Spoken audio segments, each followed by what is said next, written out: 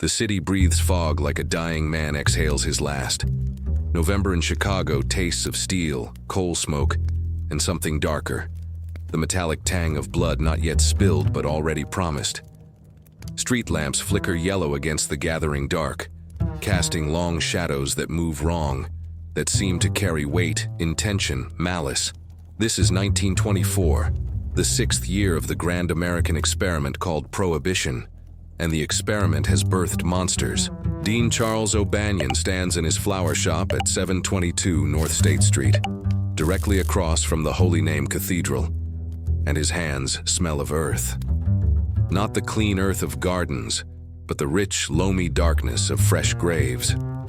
He is 42 years old and should be dead already, shot by the Torrio Capone outfit 3 times over for the insults he's dealt, the territories he's encroached, the truckloads of whiskey he's hijacked on dark roads outside the city limits. But O'Banion has something the Italians don't quite understand. He is beloved, not feared. Feared men die alone, beloved. The North Side loves Deanie because he sings in the church choir with a voice like an angel tumbling from grace, because he tends flowers with hands that have strangled 7 men, because he grins like a schoolboy while planning murders and tips waitresses $20 bills when most men leave quarters. He is contradiction made flesh, altar boy and assassin, florist and bootlegger, charmer and psychopath. Chicago doesn't know what to do with him except love him, fear him, or try to kill him. This morning he's arranging chrysanthemums, white ones, for a funeral. Mike Merlo died 2 days ago, cancer eating him from the inside, the way Chicago eats everyone eventually. Merlo was president of the Unione Siciliana, the only man who could sit Italians and Irish at the same table without someone leaving in a hearse. With Merlo breathing, there was peace. Fragile, armed, paranoid peace, but peace. With Merlo cold in his casket, there is only the terrible arithmetic of revenge. O'Banion doesn't think about this, or maybe he does and simply doesn't care. He hums while he works. Mother Macri, an Irish lament his own mother sang before the consumption took her. His fingers, thick and scarred across the knuckles from street fights in his youth, move with surprising delicacy among the petals. White chrysanthemums for death, red roses for love, lilies for the virgin. He knows the language of flowers the way other men know the language of lead and gunpowder. The door chimes. November wind rushes in, carrying the smell of Lake Michigan and distant stockyards. 3 men enter. The first is Frankie Yale, down from New York, a celebrity in certain circles. Expensive suit, expensive shoes, expensive smile that doesn't reach his eyes. He's built like a stevedore who learned to dress like a banker. Broad shoulders straining against tailored wool, hands too large for the gloves he affects wearing. Yale is Capone's friend from the old Brooklyn days, the man who taught young Alphonse how to use a knife, how to break fingers, how to smile while doing both. Behind him, John Scalise and Albert Anselmi, the twins of death though they share no blood. Scalise is tall, thin, dark-eyed like a priest hearing confession. Anselmi is shorter, compact, with the face of a cherub, and the soul of something that crawled from hell's deeper basements. Together they have killed. The number varies depending who tells it. Somewhere between 20 and 50 men. They are Capone's favorite tools. Precision instruments. You point, they shoot, the problem stops breathing. O'Banion doesn't recognize the danger, or recognizes it and, in his arrogance, dismisses it. Gentlemen. His voice carries the lilt of Kilgubbin, County Galway, softened by decades in America, but never quite erased. Come for Merlo's flowers. Got a beautiful arrangement right here. White chrysanthemums, just like he would have wanted. The man had taste. God rest him. Yale extends his hand. Deanie, been too long. O'Banion wipes soil from his palm and reaches out. Their hands clasp. Yale's grip tightens. Not a handshake. A trap. O'Banion's smile falters. His free hand moves toward the .38 in his waistband, but Scalise is already there, gun out, barrel kissing O'Banion's ribs. The first shot punches through his chest, collapsing a lung. He staggers back against the counter, chrysanthemums scattering. The second shot takes him in the throat. Blood jets across white petals, turning them pink. then red. He tries to speak, maybe a prayer, maybe a curse, maybe just his mother's name, but his voice is gone, drowned in his own blood. Anselmi steps close, professional, almost tender. He places the gun against O'Banion's left cheek and fires, then the right cheek, then twice more into the chest cavity. 6 shots total. The body drops among the flowers, limbs arranged in a grotesque pietà, blood pooling beneath him like sacramental wine spilled on an altar. The 3 men walk out. The door chimes again. Cheerful, indifferent. Across the street, the cathedral bells begin to ring for morning mass. The sound mingles with the fading gunshot echoes, and for a moment, Chicago can't tell the difference between celebration and execution. 48 hours earlier, the trap was set. The Sebin Brewery squats on the north side like a brick cathedral to American sin. 5 stories of copper vats and fermenting grain, producing 500 barrels of near beer, the legal swill that tastes like dishwater, and 5,000 barrels of the real thing, the illegal gold that makes speakeasies possible and millionaires inevitable. The brewery is co-owned on paper by a complex web of shell companies and silent partners. In reality, it belongs to Johnny Torrio and Dean O'Banion, an arrangement as stable as nitroglycerin. Torrio is 42, Italian by birth, American by pragmatism. He doesn't drink, doesn't smoke, doesn't chase women. He reads Marcus Aurelius and believes in organization, efficiency, territory division, and the smooth flow of capital. He is the businessman of Chicago crime, the architect who saw Prohibition coming and built an empire to catch the money when it fell. Alphonse Capone is his apprentice, his enforcer, his eventual heir. Together they control the South Side, the Italian wards, the Black Belt, the politicians, the police, the flow of Canadian whiskey down through Wisconsin into Chicago's thousand thirsty throats. O'Banion was supposed to be a partner. Instead, he became a problem. He hijacked shipments from the Jenna brothers, Torrio's Sicilian allies who ran the West Side alcohol cookers. He insulted them publicly, called them greaseballs, mustache Pete's, guinea bastards, knowing the insult burned deeper than bullets. He operated in territories that weren't his, violated agreements, killed men without consulting the commission. And worst of all, he was getting away with it, because his North Side gang was loyal unto death, and because Torrio's hands were tied by Mike Merlot's peacemaking. But O'Banion's greatest insult wasn't violence. It was betrayal dressed as business. He approached Torrio in late October with a proposition: buy out his share of the Sebin Brewery. $500,000, cash. Torrio, suspecting nothing, or perhaps suspecting but unable to refuse the opportunity to own the operation outright, agreed. The transaction was scheduled for May 8, 1924. Papers signed, money exchanged, handshakes all around. What Torrio didn't know, O'Banion had learned the police were planning a raid.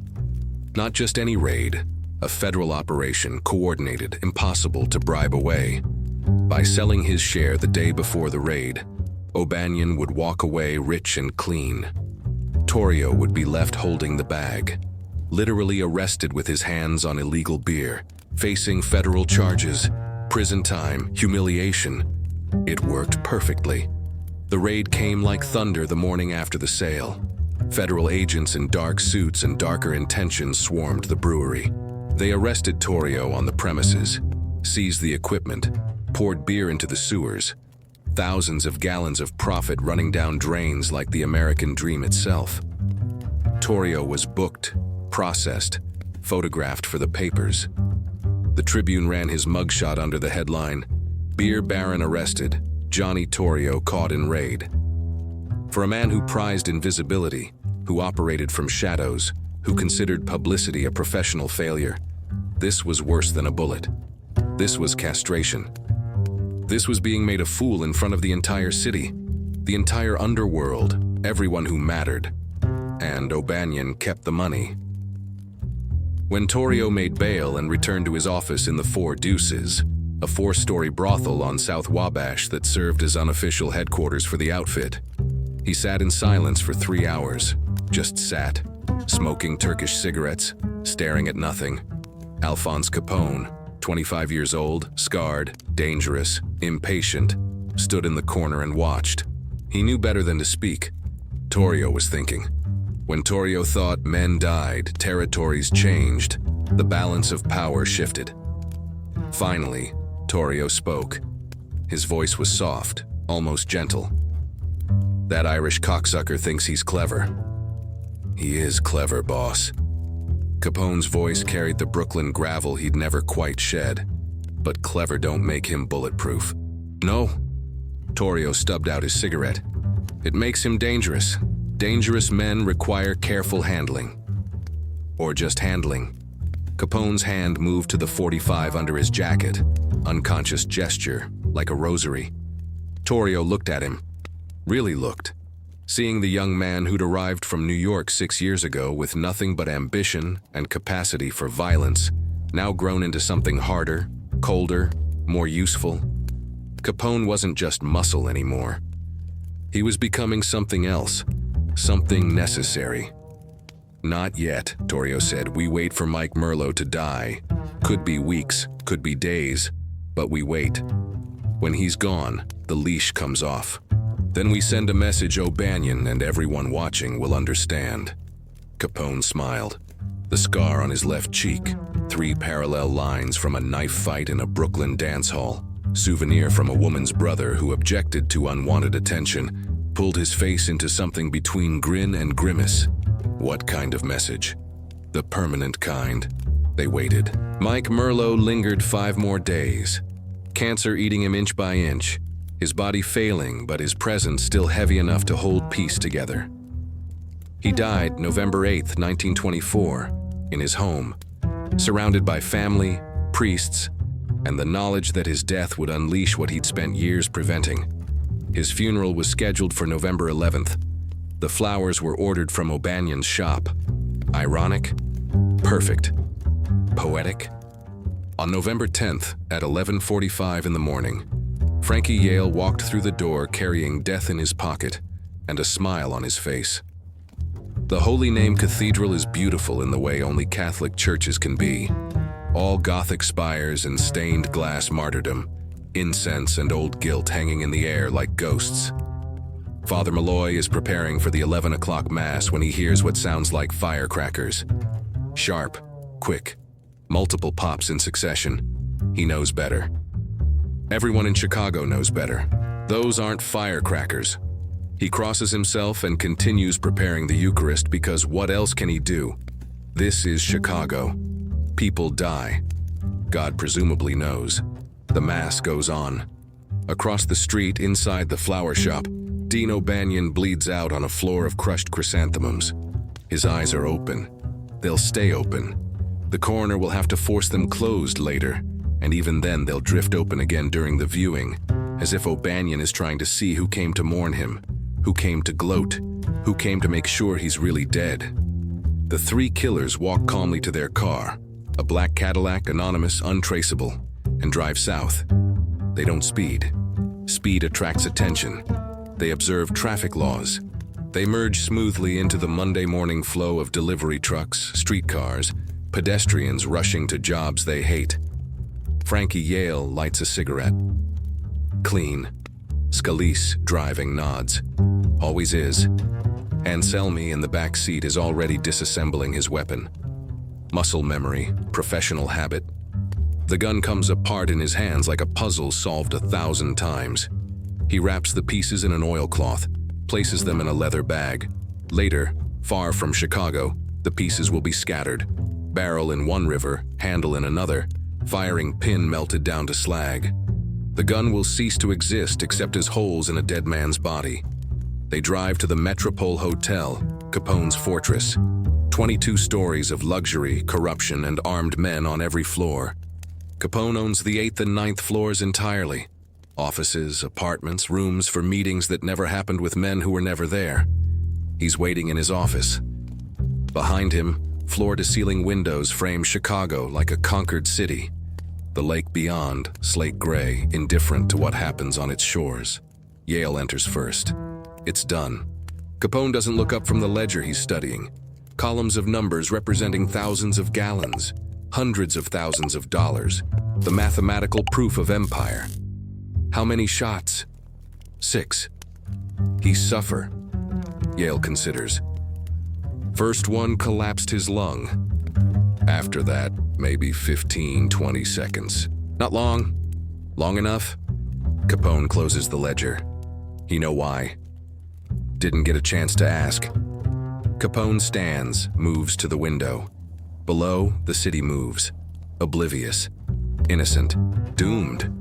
He knew. O'Banion was a lot of things, but he wasn't stupid. The second Mike Merlot's heart stopped, he knew we were coming. Then why was he alone? Scalise asks. Why no guards? Because he thought he was untouchable. Capone turns from the window. His face in the afternoon light looks older than 25. Looks like it's seen things that age a man in ways time can't measure. Because the North Side loved him, and he thought love was armor. Because he figured we wouldn't dare move on him in broad daylight across from a cathedral on a Monday morning when the city's watching. We dared, Anselmi says softly. Yeah, we dared.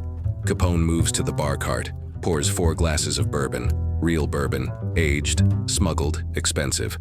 Hands them around. To Dean O'Banion. May he rest in pieces. They drink. The bourbon burns. Outside, somewhere in the city, sirens begin to wail. Someone found the body. Someone called the police. The machinery of official response grinds into motion. Slow, compromised, ultimately useless. What about Weiss? Yale asks. And Moran, Drucci. Capone refills his glass. They'll want revenge. Let them want it. Wanting and having are different things.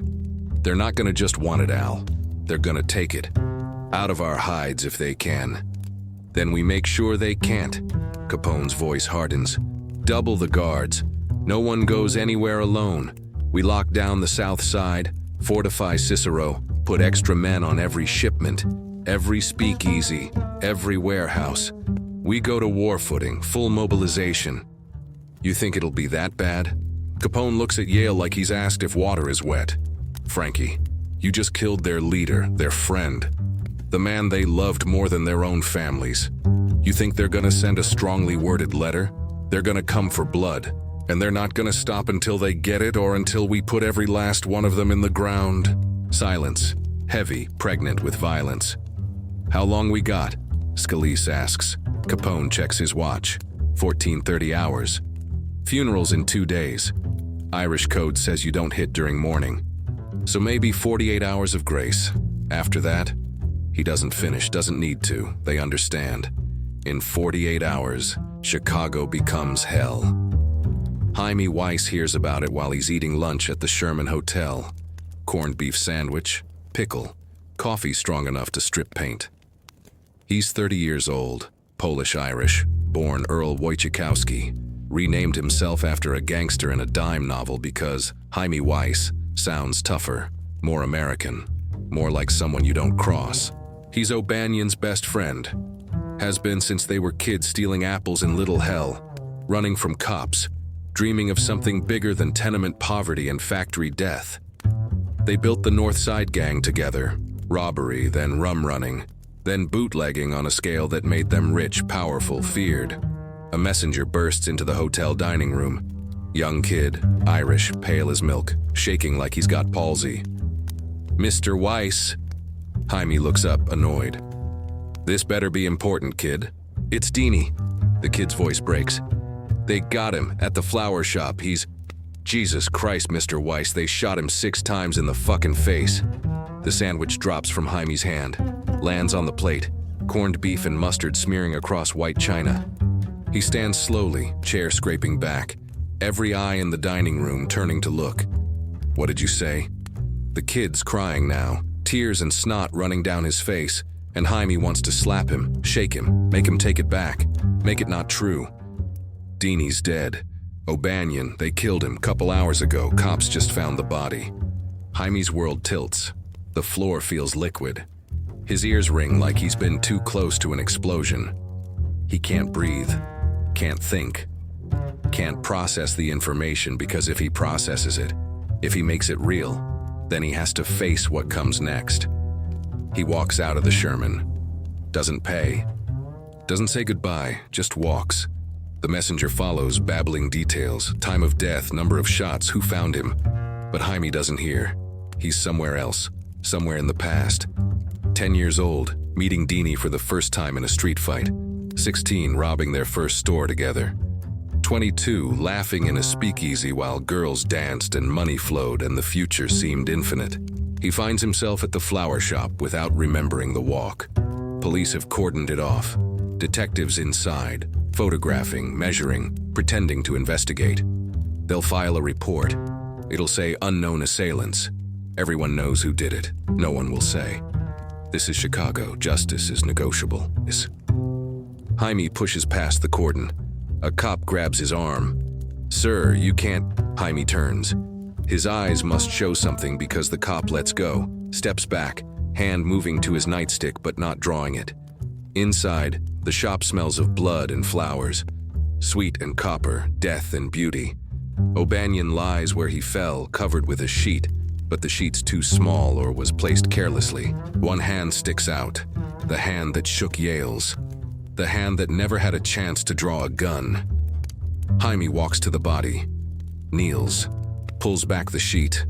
What's left of Dean O'Banion's face looks like it was used for target practice. The left cheek is gone entirely. The right is hamburger. The throat wound has opened his neck like a second mouth. His eyes, those blue eyes that charmed women and intimidated men, are cloudy, filmed over, staring at the ceiling. Jaime touches his friend's cold hand. "I'm sorry, Deanie. Jesus Christ, I'm sorry. I should have been here, should have protected you." A detective approaches. "You're Weiss." "Yeah. You got any idea who did this?" Jaime laughs. It sounds like breaking glass. "You're a cop in Chicago asking me who killed Dean O'Banion? You born yesterday or just stupid? Watch your mouth. Capone killed him." Jaime stands, still holding his friend's hand. Alphonse Gabriel Capone gave the order. Frankie Yale pulled the trigger. Scalise and Anselmi were the backup. They walked in here, shook his hand, and shot him like a dog. And you know what? You won't do a goddamn thing about it. Because you're bought. This whole department's bought. Justice is for people who can afford it, and we're all too poor in different ways. The detective's face reddens. "You making accusations?" "I'm stating facts." Jaime releases O'Banion's hand gently, as if afraid to wake him. "Now get out of my way." He walks out. Outside, the November afternoon is fading to evening. The cathedral bells ring again. Vespers. Jaime thinks. Deanie would have sung those Vespers. He loved singing, loved the hymns, the Latin he didn't understand, the feeling of his voice rising to rafters and God beyond.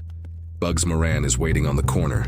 George Clarence Moran, 6'2", farm boy face, killer's hands. He's been crying, not hiding it. Tears on his cheeks, eyes red and swollen. "You see him?" Bugs asks. "Yeah." "They fuck up his face?" "Yeah." Bugs nods. Wipes his nose with the back of his hand. "Vincent?" "Getting the boys together, safe house on Diversey." "Let's go." They walk through the darkening city. Chicago at dusk looks almost beautiful. Lights coming on in windows, smoke rising from 1,000 chimneys, the lake catching the last of the sun and holding it like a secret. But beauty is just another lie. Underneath, the city is a machine that grinds men into meat and calls it progress. The safe house is a 3-story brick building above a butcher shop. The irony isn't lost on anyone. They climb to the 3rd floor. Inside, Vincent Schemer Drucci, Louis Two-Gun Alteri, 20 other North Side soldiers. Men who loved O'Banion. Men who owe him money, life, loyalty.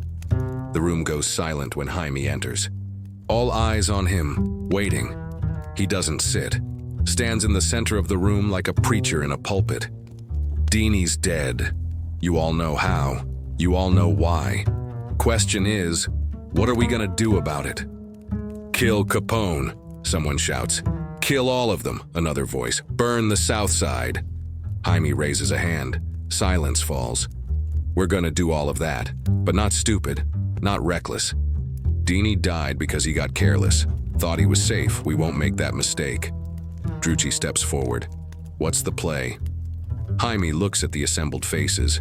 Young men, old men, men with families, men with nothing to lose. All of them ready to die. All of them probably going to. We hit them everywhere, all at once. 48 hours from now, after we bury Dini proper, we go to war. Total war. We kill their soldiers, their drivers, their bookkeepers, their whores, their bartenders, anyone connected to Capone or Torrio or the Jennas. We paint the South Side red. We make them understand. You kill one of ours, we kill 10 of yours. 11, Bug says quietly. Jaime looks at him. What? 11, we kill 11. One for each year Dini ran this gang. One for each finger and toe they shot off him metaphorically. 11 bodies in one night. Send a message nobody misunderstands. The room erupts. Men shouting approval, pounding fists on tables, reaching for weapons they're already wearing. The bloodlust is palpable. Jaime can taste it. Copper and adrenaline. 11 it is, he says. We meet back here in 48 hours, bring lists. Bring targets, addresses, we're gonna plan this like D-Day.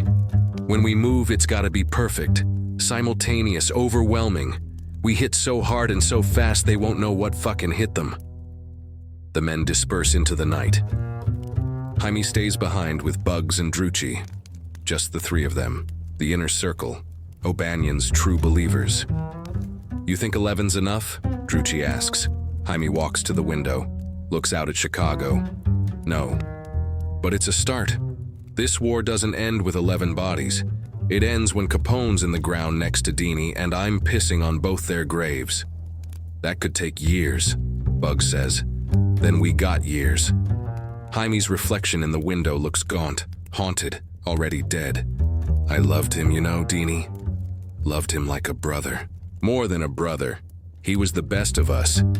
And they killed him like he was nothing, like he was just another obstacle. Another name on a list. He turns from the window. His face is stone. We're gonna teach them that names have weight. That every life they take has a cost. And the bill for Dini's life is gonna bankrupt their whole fucking organization. 47 hours and 30 minutes later, Chicago wakes to carnage.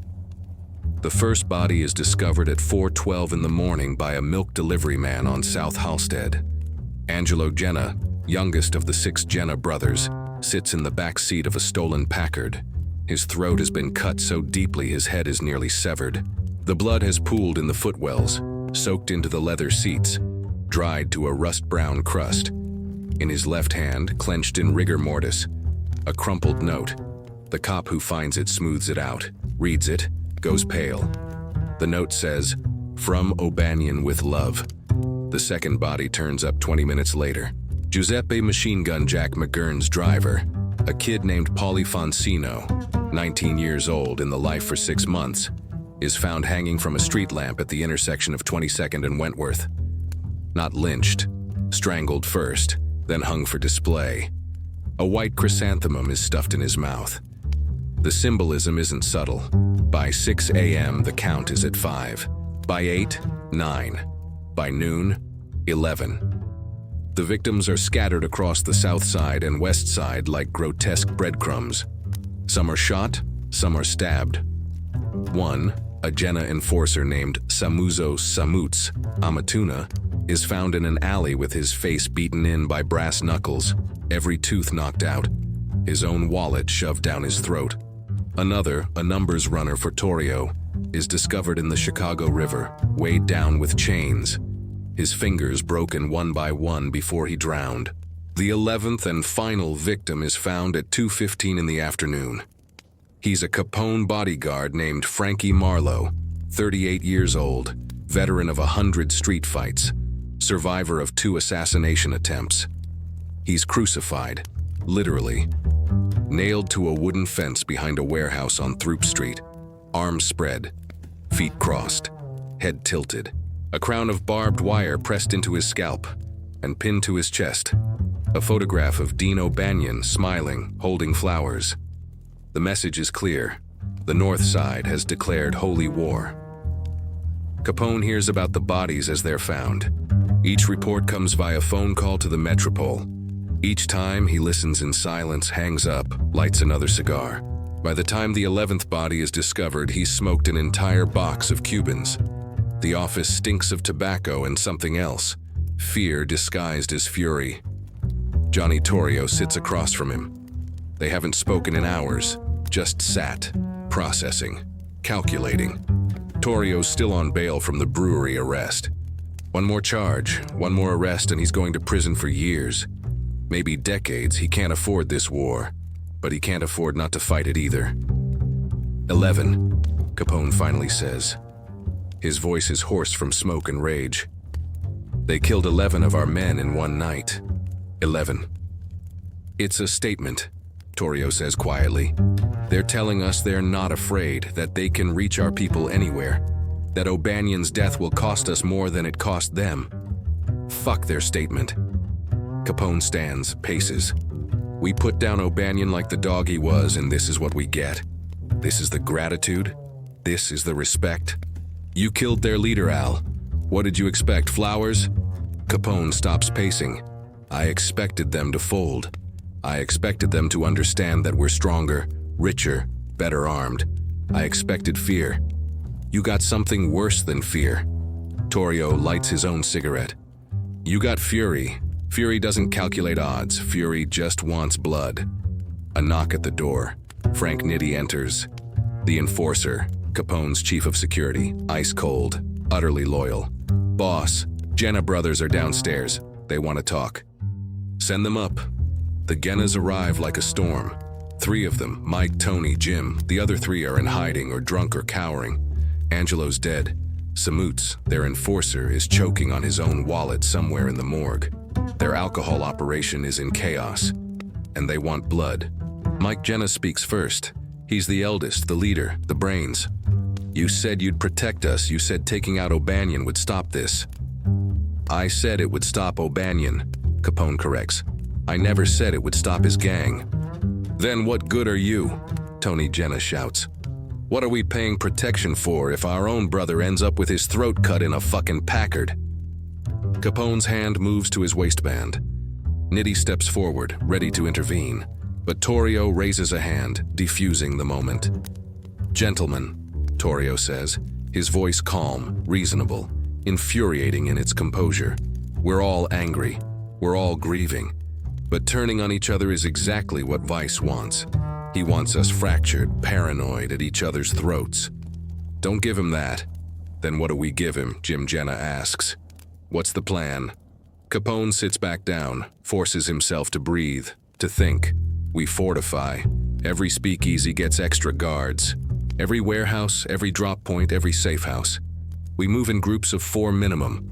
No one goes anywhere alone. We sleep in shifts. We trust no one outside this room.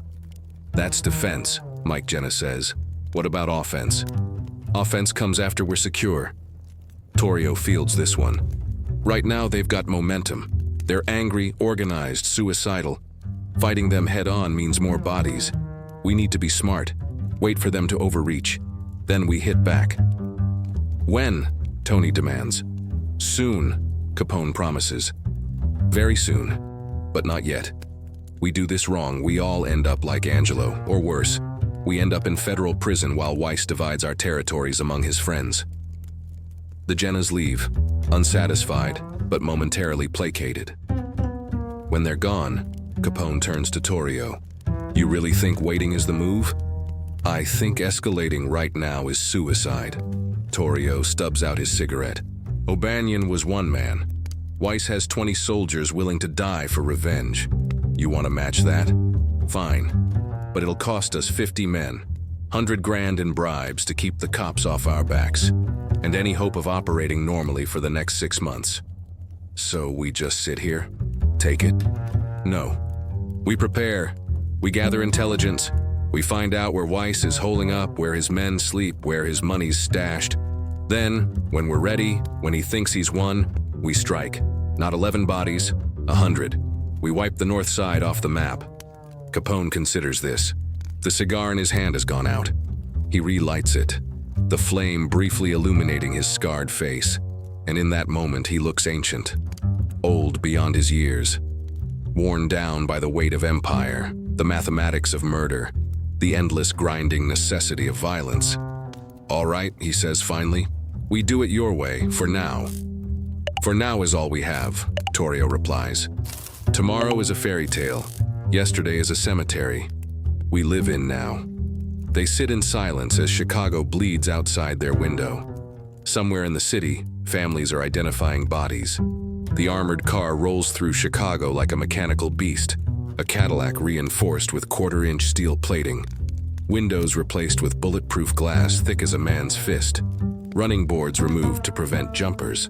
It cost Jaime Weiss $12,000 cash, no questions asked, from a corrupt military contractor who also sold to the government. The irony delights him. The same armor protecting soldiers in France now protects gangsters in Chicago. Inside the car, Weiss sits with a Thompson submachine gun across his lap. Bugs Moran drives. Vincent Drucci rides shotgun, literally, holding a sawed-off 12-gauge. In the back seat with Weiss, two more soldiers, both carrying Thompsons, both ready to die. It's been 6 days since the 11 bodies. 6 days of lockdown, of fortified positions, of Chicago holding its breath waiting for the next explosion. The newspapers are having a field day. Gang war escalates, 11 dead in single night. Chicago becomes battlefield. Where are the police? That last headline makes Weiss laugh every time he sees it. The police are exactly where they've always been, looking the other way while counting bribes. But Weiss isn't content with defense. Defense is surrender wearing a different mask. He wants Capone to understand that killing O'Banion didn't end the North Side gang. It weaponized it, turned it into something more dangerous than before. A gang with nothing to lose.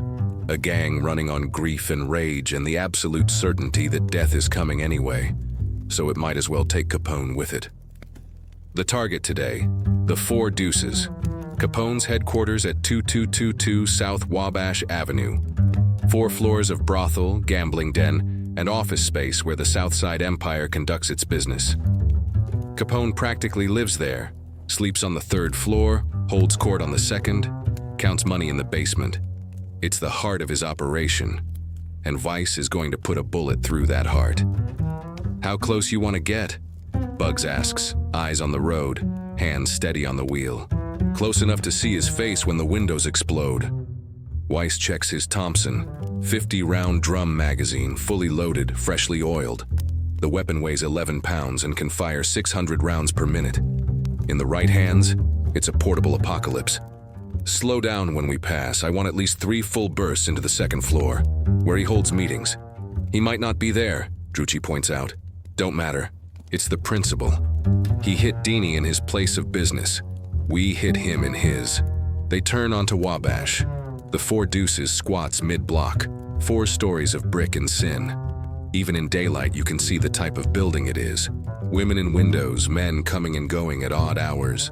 The smell of cheap perfume and expensive cigars drifting out whenever the door opens. 2 guards stand outside. They see the armored car approaching and immediately know what's about to happen. One reaches for his gun. The other turns to run inside to warn whoever's in there to save his own life. Neither makes it. Weiss leans out the window, braces the Thompson against the doorframe, and opens fire. The sound is apocalyptic. A roar like tearing canvas, like the sky splitting. Brass casings spray across the interior of the car, hot metal bouncing off leather seats. The recoil tries to climb, but Weiss holds it down, sweeping left to right, stitching bullets across the building's facade. The first guard does a macabre dance as rounds punch through his torso, chest, stomach, shoulder, neck. He falls in sections, collapsing like a marionette with cut strings. The second guard makes it 3 steps before a burst catches him in the back, lifts him off his feet, slams him face first into the brick wall. He slides down, leaving a red smear. Windows explode. Brick dust puffs from impact points. The building seems to shudder under the assault. Weiss empties the entire drum, 50 rounds in under 6 seconds, then drops back inside the car as Bugs accelerates hard, tires screaming against pavement. Behind them, chaos. Men pour from the Four Deuces, guns drawn, firing wildly at the retreating armored car. Bullets ping off the steel plating, spiderweb the rear window, ricochet into innocent storefronts. A woman screams, a child cries. Chicago bleeds from wounds it didn't deserve. Inside the car, Weiss is laughing. High, manic, unhinged. You see that? You see that? We just shot up Capone's headquarters in broad fucking daylight. What's he gonna do about it? Huh? What's the big man gonna do? Drucci turns in his seat, face pale. Jaime, you need to calm down. Calm down. I've never been calmer. Weiss reloads his Thompson with shaking hands.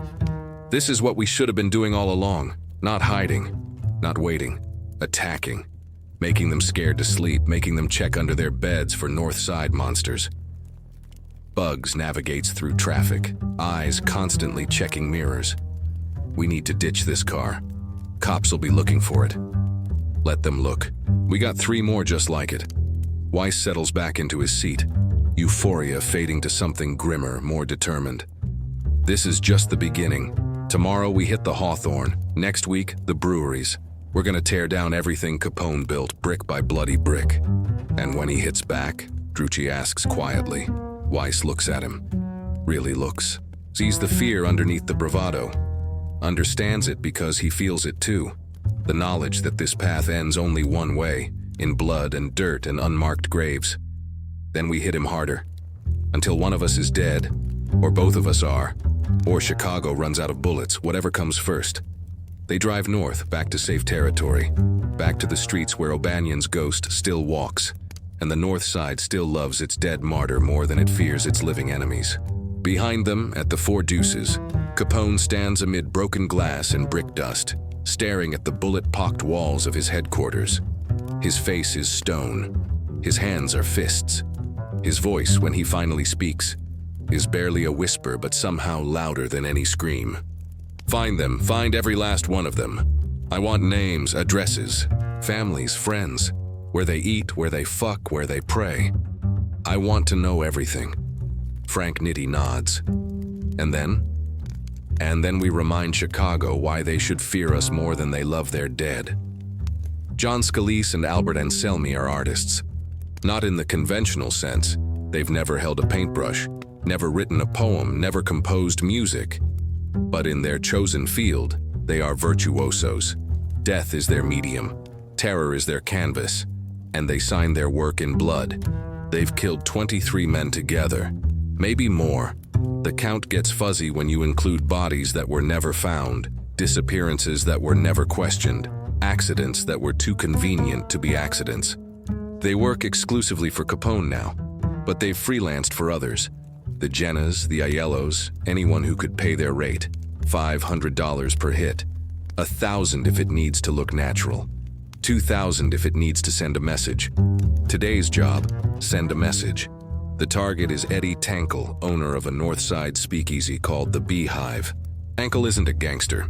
He's a businessman who pays protection to Weiss, serves North Side beer, and keeps his mouth shut about who comes and goes. But he's also a friend of O'Banion's. Attended the funeral, was seen talking to Jaime Weiss at the wake. That makes him a target. That makes him an example. They watch the Beehive for 3 days, learning patterns, memorizing routines. Tankle opens at 5 p.m., closes at 2 a.m. He stays late most nights, counting receipts, cleaning glasses, preparing for the next day. He's careful, locks the doors, checks the windows, keeps a .38 revolver under the bar. But careful isn't enough. Not against artists.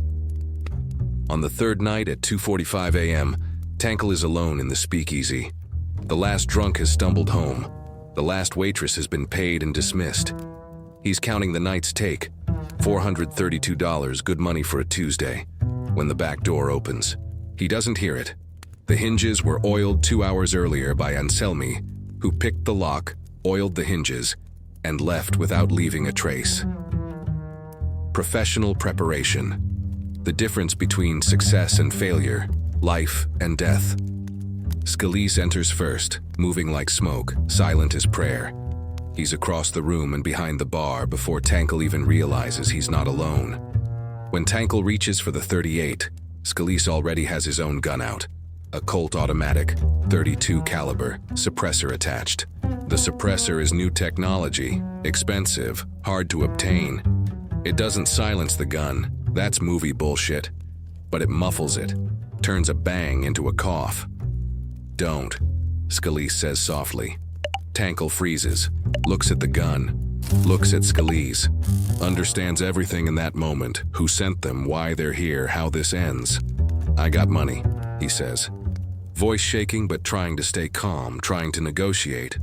400 here, another $2,000 in the safe upstairs.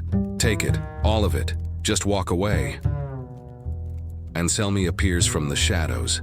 He's been there the whole time, watching, making sure no one else is in the building. We don't want money, Mr. Tankle. Then what? We want you to deliver a message. Tankle's confusion shows on his face. To who? To everyone. Scalise moves closer. But first you need to understand something. This isn't personal.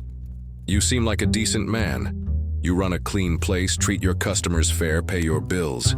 In another life, another city, we might drink here, might become friends. But this is Chicago, Anselmi continues, as if they share one brain, one voice. And in Chicago, loyalty is geography. You chose the north side, that choice has consequences. I didn't choose shit. I just pour beer and mind my business. That's a choice too. Scalise raises his gun. Neutrality is a luxury, and luxuries cost. Tankle closes his eyes, waits for the shot that will end him. Tries to think of something, a prayer, a memory, his mother's face. Anything to carry into the dark. The shot doesn't come. Instead, Anselmi speaks. You get to live, Mr. Tankle, but there's a price. Tankle opens his eyes. What price? Scalise produces a knife. Not a switchblade or a stiletto, but a butcher's knife, heavy and sharp, the kind used to break down sides of beef. He places it on the bar between them. Your left hand, pinky finger. You cut it off yourself or we do it for you. Your choice. The room tilts. Tankle thinks he's going to vomit. You're fucking crazy. Probably, Anselmi agrees. But we're also serious, finger on the bar, now.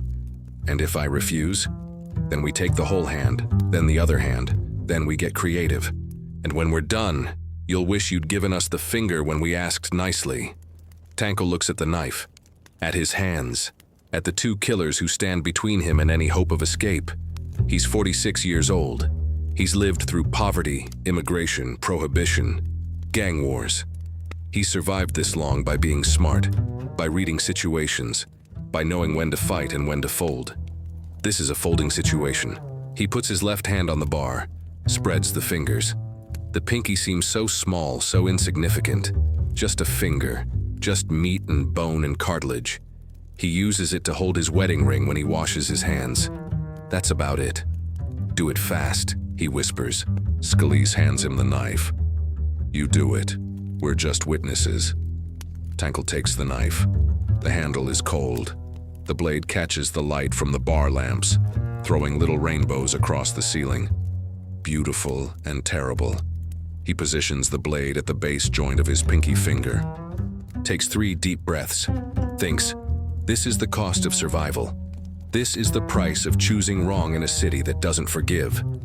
He brings the knife down hard and fast. The blade is sharp. Anselmi sharpened it before they came, and it goes through flesh, tendon, bone with surprising ease. The pain is immediate and massive.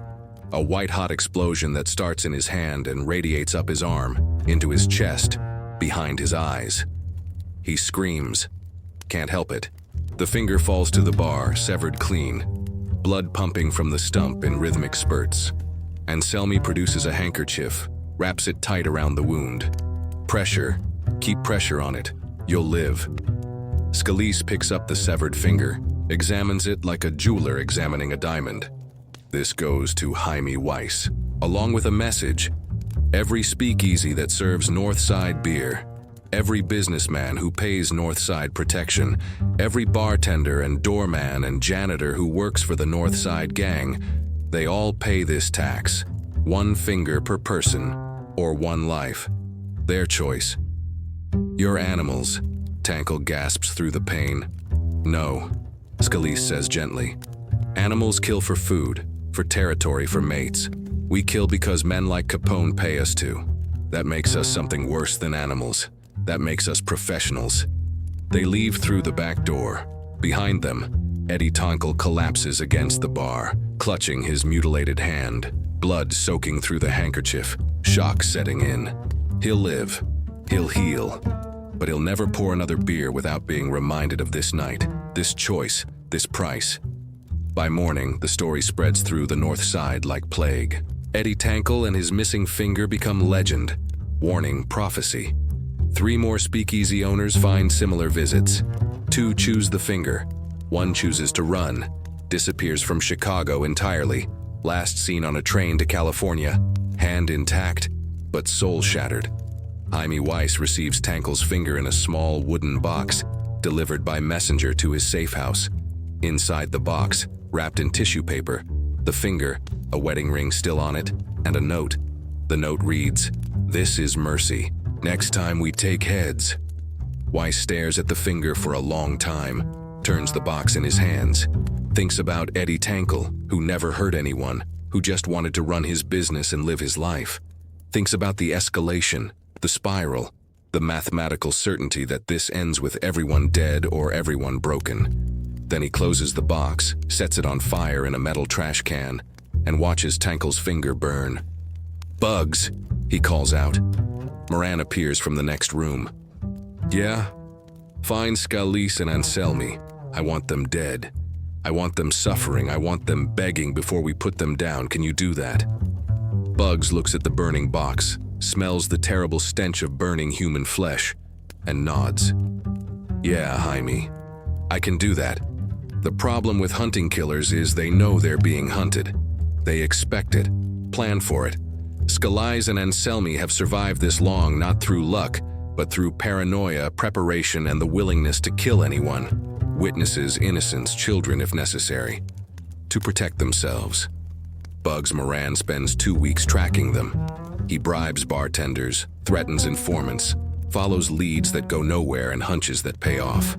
He learns that Scalise and Anselmi live together in a boarding house on South Oakley Avenue, that they eat breakfast at the same diner every morning, that they attend church, actual church, Catholic Mass, every Sunday at Holy Rosary.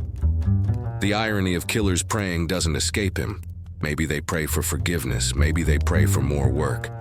Maybe they pray to a God who stopped listening years ago. Bugs assembles a team. Himself, Vincent Drucci, and 3 other Northside soldiers willing to risk their lives for revenge and the promise of $500 each. They arm themselves with shotguns, close range, devastating, no possibility of missing in tight quarters. The plan, ambush Scalise and Anselmi outside the boarding house when they return from dinner. Simple, direct, fatal. They wait in a stolen car across the street, engine running, lights off. 9:30 p.m. on a Thursday in late November. Cold enough to see breath, dark enough to hide sins. At 9:52, Scalise and Anselmi appear, walking side by side, talking quietly in Italian. They're laughing about something. From a distance, they could be brothers, friends, normal men living normal lives.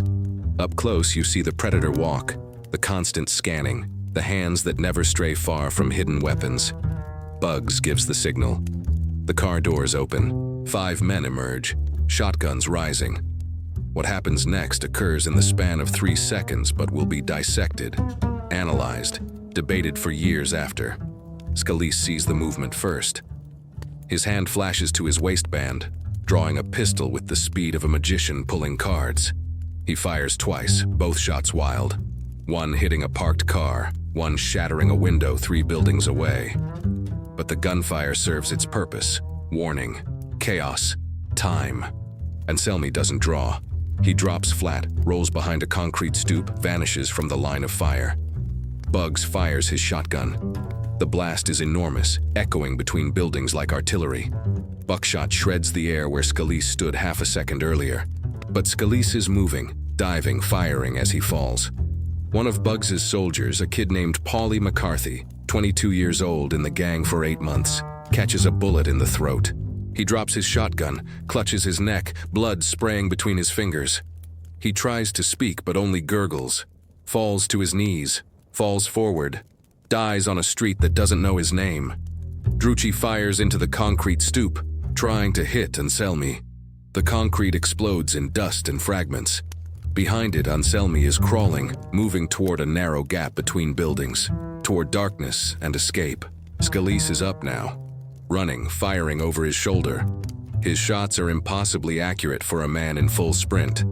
One bullet takes another of Bugs's soldiers in the shoulder, spinning him around, dropping him.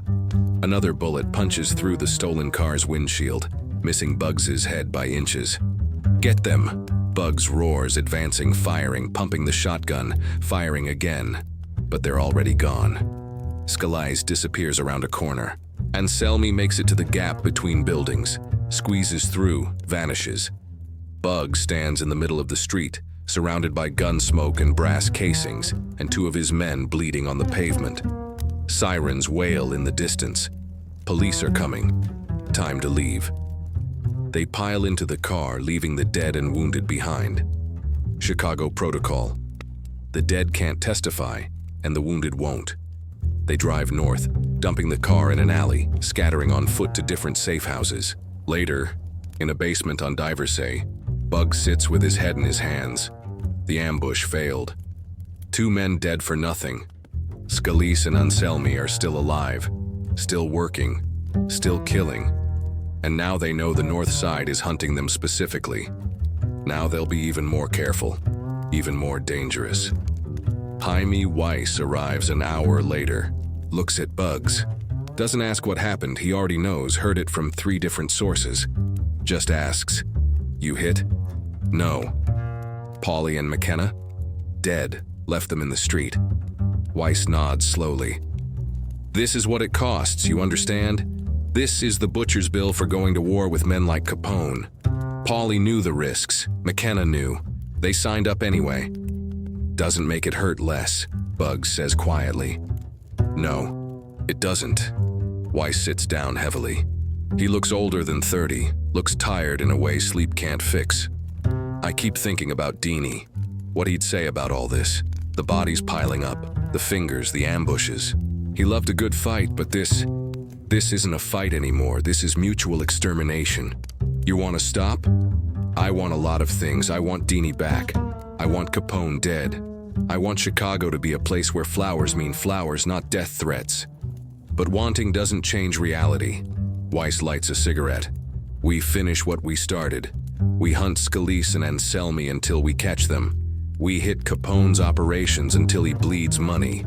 We make the South Side understand that killing O'Banion was the worst mistake they ever made.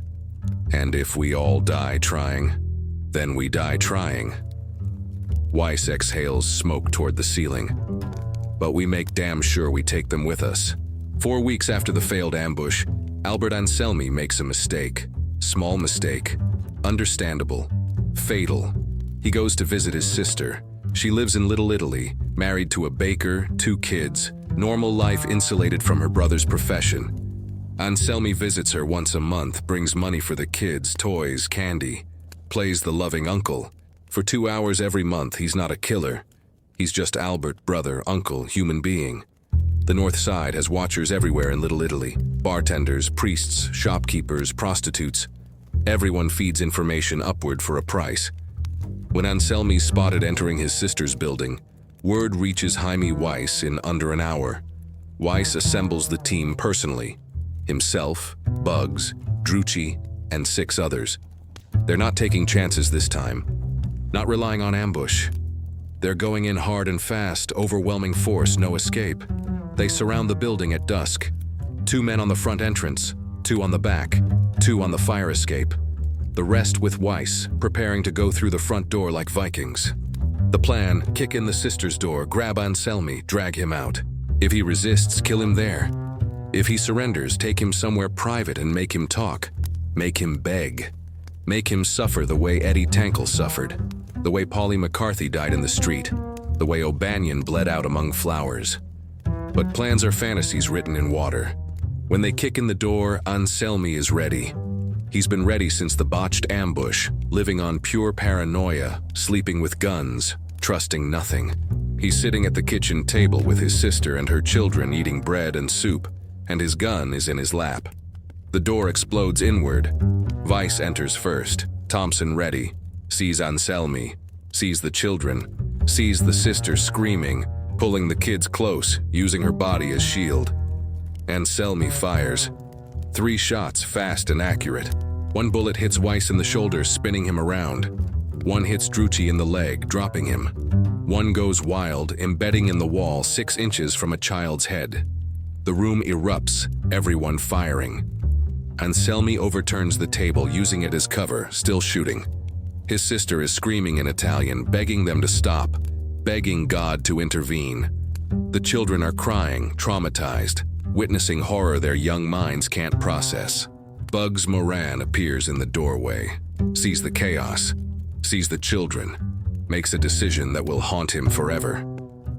"Cease fire!" he roars. "Cease fire!" The shooting stops. Silence except for crying children and Anselmi's sister sobbing, and somewhere in the building people running, fleeing, calling police. Anselmi is behind the overturned table, breathing hard, reloading. He knows he's trapped, knows he's probably going to die here, but he's calm, accepted it. Death is an occupational hazard he's calculated since his first kill. "Send the woman and children out," Bug says. "This is between us and you. They don't need to see what happens next." Anselmi considers. "You'll let them go unharmed? On my word. Your word worth anything? More than Capone's." A bitter laugh from behind the table. "Fair point." Anselmi speaks rapid Italian to his sister. She argues, he insists. Finally, she gathers the children and stands, shaking, moving toward the door. She stops in front of Bugs, looks him in the eye. "He's my brother. Whatever he's done, he's still my brother. You understand?" "I understand," Bugs says quietly. "But he still has to answer for what he's done." She spits at his feet. "You're all damned, every one of you. You kill and call it business. But God sees, God remembers." She leaves with her children. Their footsteps echo down the stairs. A door slams. "Just you and me now, Albert," Weiss calls out. His shoulder is bleeding, but he's still standing, still functional. Adrenaline and rage are powerful painkillers. "And 6 of your friends," Anselmi corrects. "Not exactly sporting odds. You want sporting? Fight Scalise in a boxing ring, this is war." "War," Anselmi laughs again. "You people wouldn't know war. You know shooting, ambushing. Terrorism. Real war has rules, structure, honor." "Honor?" Weiss's voice rises. "You cut off Eddie Tankle's finger and lecture me about honor? You killed Polly McCarthy in the street and want to talk about rules? I'm a professional. I do what I'm paid to do. You're a fucking coward hiding behind a kitchen table." Silence. Then Anselmi's voice, quieter, different, reflective. "You're right. I am a coward. I've been a coward my whole life. You think I wanted this, killing for money, living in fear? I wanted to be a tailor, Mr. Weiss. That was my dream. Make suits, beautiful suits. Dress men for weddings, funerals, first communions. But I wasn't good enough at sewing and I was too good at shooting, so here we are." "Here we are," Weiss echoes. "You can end this, Albert. Come out. Surrender. We'll make it quick." "No, you won't. You'll torture me. Try to get me to give up Capone's locations, his operations, his secrets. Then you'll kill me anyway." "Probably," Weiss admits. "But you'll die knowing you fought. That counts for something." More silence. Long enough that Bugs wonders if Anselmi is loading more ammunition, planning another desperate move. Then, "I'm coming out. Gun on the floor. Hands visible. Don't shoot until I'm standing. Deal." The overturned table shifts. Anselmi stands slowly, hands raised, empty. He's smaller than he seemed during the shooting. 5'7", maybe 140 pounds. In his vest and shirt sleeves, he looks like a clerk, a shopkeeper, anyone. Except his eyes. His eyes have seen things that change a man permanently. His eyes are old. "On your knees," Bugs orders. Anselmi kneels. "For what it's worth, I never wanted to kill O'Banion. That was business. Capone's order. I just follow orders." Nuremberg defense, Drucci mutters, clutching his bleeding leg. Didn't work there, won't work here. Weiss approaches slowly. Thompson pointed at Anselmi's head. Where's Scalise? Safe. Somewhere you'll never find him. We'll see about that. Weiss's finger tightens on the trigger. This is it. The moment of revenge. The price extracted, the debt paid. But he hesitates. Because killing Anselmi here, in his sister's apartment, with children's toys scattered on the floor, and family photographs on the walls, it feels wrong. Not morally wrong. Wrong strategically. Wrong symbolically. O'Banion died in his place of business, killed by men pretending to be customers. That was intimate, personal, a violation of sanctuary. Anselmi should die the same way, in Capone's place, killed by North Side men pretending to be allies. Symmetry, poetry, justice. Tie him up, Weiss orders. We're taking him with us. They bind Anselmi's hands with telephone wire, gag him with a dish towel, carry him down the back stairs and into a waiting car. By the time police arrive, slow, purchased delay. The apartment is empty except for blood stains and bullet holes and the ghost of violence that will never quite leave.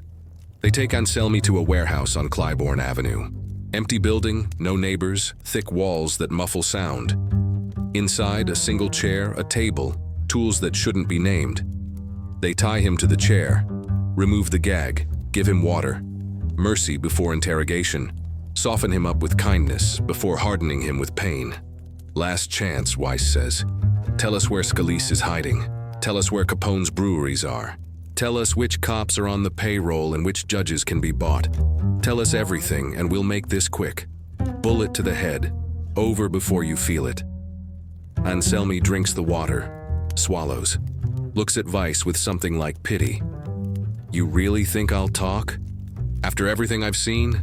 Everything I've done? Pain doesn't scare me anymore, Mr. Weiss. Pain is just another state of being, like hunger, like cold. You endure it until you don't. Everyone talks eventually. Maybe, but you don't have eventually. You have tonight. Tomorrow, someone notices I'm missing. Scalise starts looking. Capone mobilizes. You'll have 50 guns hunting you before you've finished your coffee.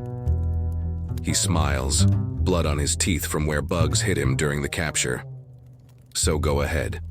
Do your worst, but do it fast. Weiss looks at Bugs, at Drucci, at the men assembled, sees his own doubt reflected in their faces. They've killed before, dozens, hundreds between them, but always in the heat of action. In fights, in raids, in moments of adrenaline and survival. This is different. This is torture. This is cruelty for information they probably won't get from a man who's already accepted his death. Jaime, Bugs says quietly. We don't have to do this. Just shoot him. Be done with it. He cut off Tankel's finger.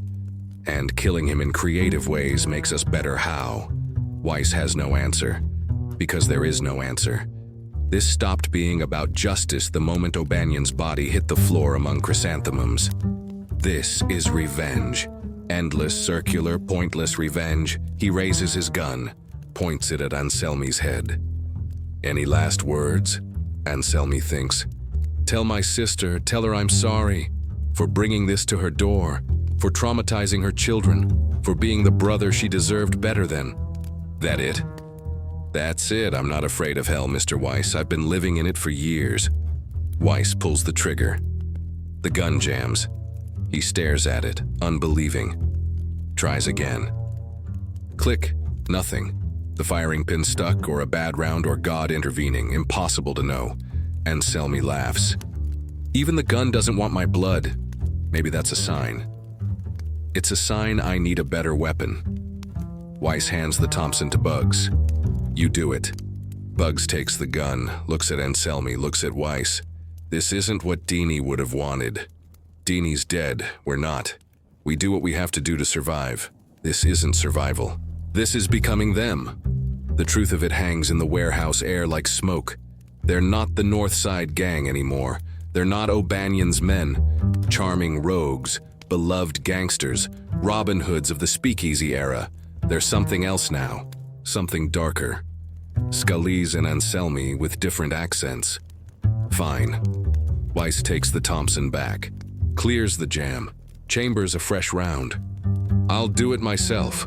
He presses the barrel against Anselmi's forehead. Anselmi closes his eyes, whispers something in Italian, prayer, curse, goodbye. Weiss's finger tightens on the trigger. From outside, the sound of car engines. Multiple vehicles, arriving fast. Everyone freezes. Did you bring backup? Drucci asks. No. Did you? The warehouse doors explode inward. Not from battering ram or explosive, from a car crashing through them. A black Cadillac, armored, unstoppable. It slams to a stop in the middle of the warehouse floor. Doors open, men emerge. 15, maybe 20, all armed, all professional, all here for one reason. John Scalise steps from the lead car. In his hand, a Thompson identical to Weiss's. Gentlemen, I believe you have something of mine. Weiss points his gun at Anselmi. One step closer and I kill him. Go ahead. Scalise doesn't even raise his weapon. He knew the risks. We all do. You think threatening his life gives you leverage? You don't understand us at all. Then what do you want? What do I want? Scalise smiles, cold, terrible. I want you to know that you lost. That for all your posturing, all your revenge, all your 11 bodies, you changed nothing. O'Banion is still dead. Capone still owns this city, and you're still just angry children playing at war. We're the children? Weiss's voice rises. You're the ones cutting off fingers, torturing shopkeepers, killing kids in the street. And you're the ones who started this, who escalated, who couldn't accept that your leader died because he fucked with the wrong people. The two men stare at each other across 20 feet of warehouse floor. Behind each, soldiers ready to kill and die on command. The moment balances on a knife edge. One wrong word, one nervous trigger finger, and everyone in this warehouse becomes a statistic. Let him go, Scalise says. Walk out of here. I'll give you 60 seconds before we start shooting. Why? Because Albert is right. I don't have time to torture you. And honestly, you've suffered enough. All of you. This war is eating you from the inside. I can see it in your eyes. You're not soldiers anymore, you're ghosts. Already dead, just haven't laid down yet. Weiss looks at his men, sees the exhaustion, the fear, the mounting casualties, sees the future if this continues. More bodies, more ambushes, more mothers identifying sons in morgues, more widows wearing black, more children growing up without fathers. He could shoot Anselmi, could start the firefight, could go out in a blaze of glory that changes nothing, means nothing, accomplishes nothing except adding his name to the obituary list. Or he could walk away, live to fight another day, regroup, plan, survive. Cut him loose, Weiss orders. Jaime Buggs starts. I said cut him loose. They cut the bonds. Anselmi stands, rubbing his wrists, never taking his eyes off Weiss. You made the smart choice. I made the only choice I could live with. Weiss backs toward the door, gun still raised, covering the retreat. But this isn't over. You tell Capone, this isn't over. It's never over, Scalise agrees. Not until we're all dead or too old to hold guns. That's the nature of this life. The Northside men retreat, pile into their cars, drive into the Chicago night, leaving the warehouse, leaving Anselmi, leaving a piece of themselves in that moment of surrender. Later, alone in his apartment, Jaime Weiss stands at the window and watches the city lights, thinks about O'Banion, about the 11 bodies, about Eddie Tankle's finger and Polly McCarthy's blood and Anselmi's sister's tears, thinks, how did it come to this? When did we stop being men and become monsters?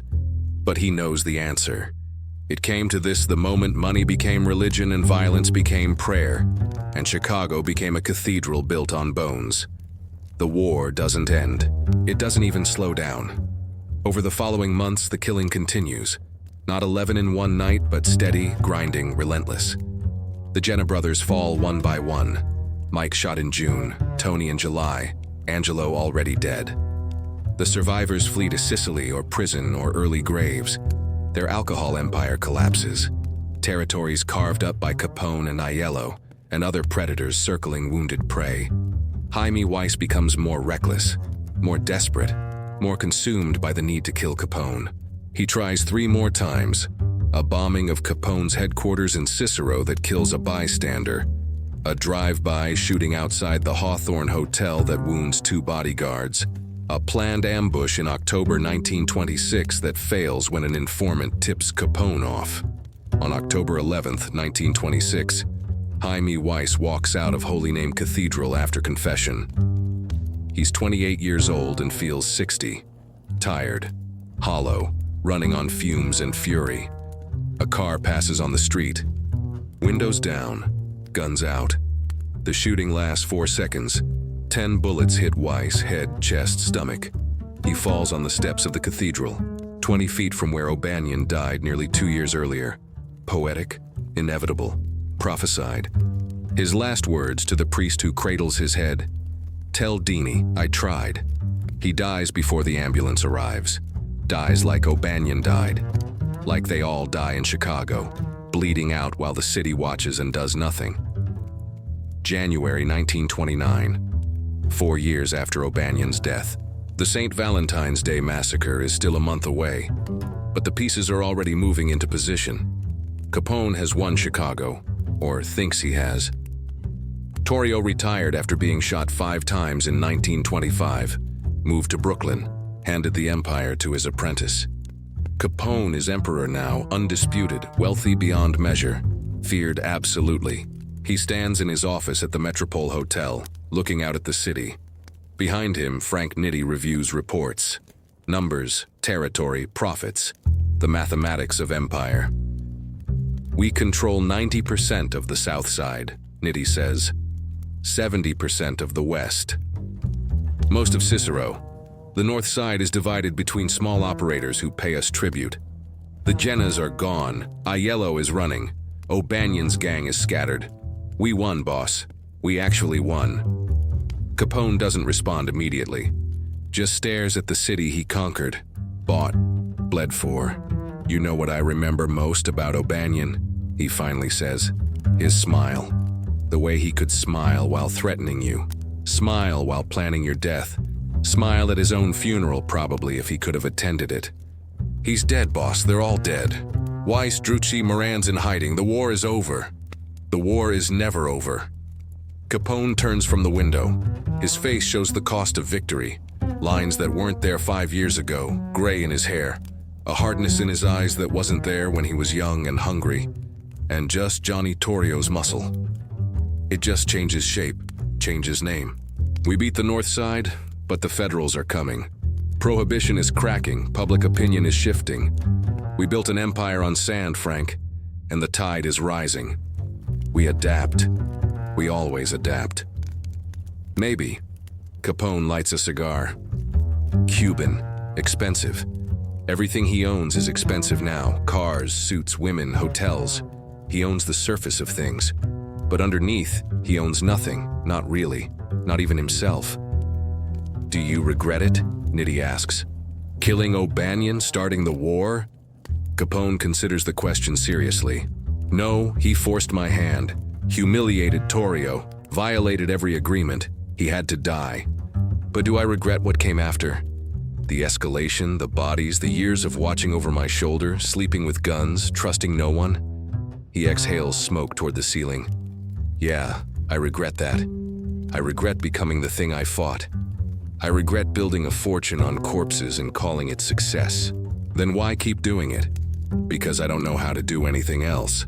This is who I am now. This is who Chicago made me. And you can't unmake yourself, Frank. You can't go back. You can only go forward until you can't go forward anymore." A knock at the door. An assistant enters with a telegram. Nitti reads it, face darkening. Elliot Ness, Treasury Department. He's building a team. Incorruptible agents, calling them the Untouchables. Capone laughs. "Incorruptible in Chicago, that'll be the day. They're serious, boss, federal serious. Let them come." Capone moves back to the window. "I've survived gang wars, assassination attempts, bombings, ambushes. I'll survive accountants with badges. but he won't. In 2 years, the IRS will indict him for tax evasion. In 3 years, he'll be in Alcatraz. In 7 years, syphilis will rot his brain, reduce him to a childlike invalid living in his Florida mansion, surrounded by wealth he can't enjoy and power he can't wield. But he doesn't know that yet. Right now, he's still Emperor of Chicago, still powerful, still feared, still haunted by a florist who smiled while dying. Somewhere in the city, in a small apartment above a bakery, Eddie Tankle pours himself a drink. His left hand, missing its pinky finger, shakes slightly as he grips the glass. 4 years since that night. 4 years since Scalise and Anselmi walked into his speakeasy and took a piece of him that never grew back. He survived, moved on, sold the beehive, bought this bakery, lives quietly. But some nights like this when the wind howls off the lake and Chicago feels like a city built on ghosts, he can't help but remembers Dean O'Banion buying flowers from him once, years ago, before the fame, before the power, before the war. Just a young Irish kid with a smile and a flower shop dream. They talked about soil, about tulips, about how Chicago winters kill everything beautiful. O'Banion said, "That's why you gotta bloom fast, Eddie.